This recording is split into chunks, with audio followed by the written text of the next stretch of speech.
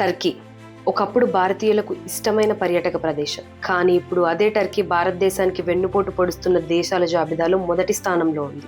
ఈ విషయం తెలిసి కూడా మన దేశం నుండి వేల మంది సిగ్గు లేకుండా ఇంకా అక్కడికి వెళ్తున్నారు. ఆపద సమయాల్లో మనం టర్కీకి ఎన్నిసార్లు సహాయం చేసినా ఎలాంటి కృతజ్ఞత లేకుండా టర్కీ మనకు వ్యతిరేకంగా ఎలాంటి కుట్రలు చేస్తుందో తెలుసా? మొదటిది, యుఎన్లో కాశ్మీర్ ప్రస్తావన.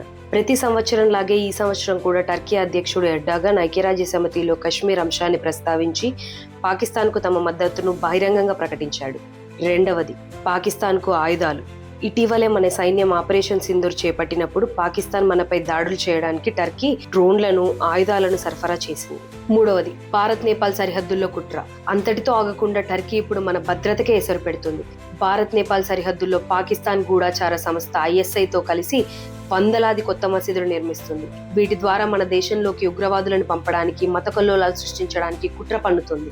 భారతదేశంపై కేవలం అన్యమతస్థులని చెప్పి అకారణంగా ద్వేషం పెంచుకున్న టర్కీ పట్ల ఈ మధ్య వ్యతిరేకత పెరగడంతో అక్కడికి వెళ్లే భారతీయుల సంఖ్య చాలా వరకు తగ్గింది.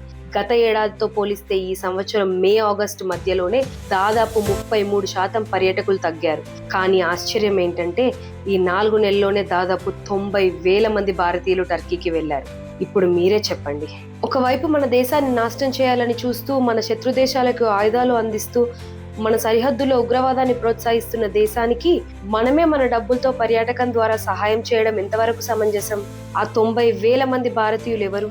దేశభక్తి కంటే విహారయాత్రలే ముఖ్యమని భావించే వాళ్ళని దేశద్రోహులు అనడం తప్ప? ఈ విషయంపై మీ అభిప్రాయం ఏంటి? శత్రు దేశాలకు మనం టూరిజం ద్వారా డబ్బులు ఇవ్వడం ఆపాలని మీరు భావిస్తే ఈ వీడియోని ప్రతి భారతీయుడికి షేర్ చేయండి. జై హింద్.